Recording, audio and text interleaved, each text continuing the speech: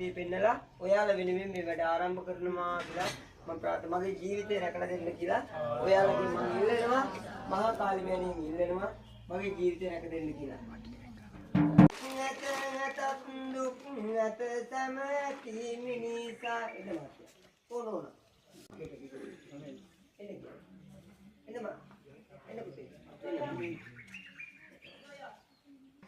මහත්ය මොන දේවත් ගණන් ගත්තේ නැහැ නේද අම්මා? රැකුණා ගෙදරට ආපු මීදුණු දැක්කද මහත්තයා?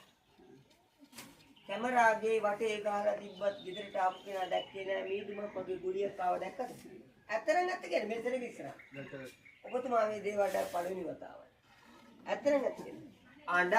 කඳුලක් ඇති සෑමදේ මිනිසා කුසගින්නත් නැතත් කුසගිනි සෑම මිනිසා දුක්ගිනි දකින්නත් දුක් ඇති ඇති මිනිසා විශ්වවිද්‍යාලයේ ඇති තම දරුවා විදිය දැක්කා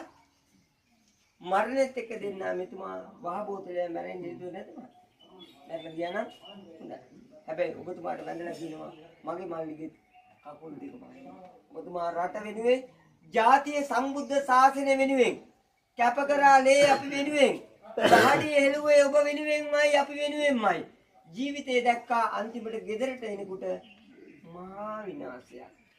ඔබතුමී දන්නේ නැහැ නේද මොකද කියලා අඳුනන්නේ පිළිගන්නේ නැහැ හැබැයි කරපු කාට දඬුවම දී යුතුද නැද්ද දෙන්න දෙපා අද වෙනකන් අඬා හිටියේ දෙන්න නේද ඔය අත් දෙක දෙන්න මගේ ළඟට ඔබතුමීගේ තත් දෙන්න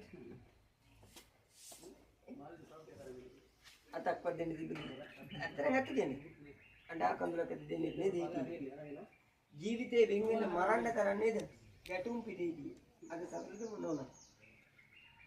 ජීවිතේ ඇත්ත ඔප්පු කරන්න ඕනේ ඔයාලට කරපු විනාශය කරපු කාටයි දඬුවම් දීයේ ඔය දෙන්නට නෙමෙයි හැබැයි මේ මහත්ය වෙනම කණ්ඩතරම් වෙනම ඇලියක් වියන්න තරම් කුසගින්නේ ඔබතුමීගේ දවස් කීයක් කෑවිනද කියන්න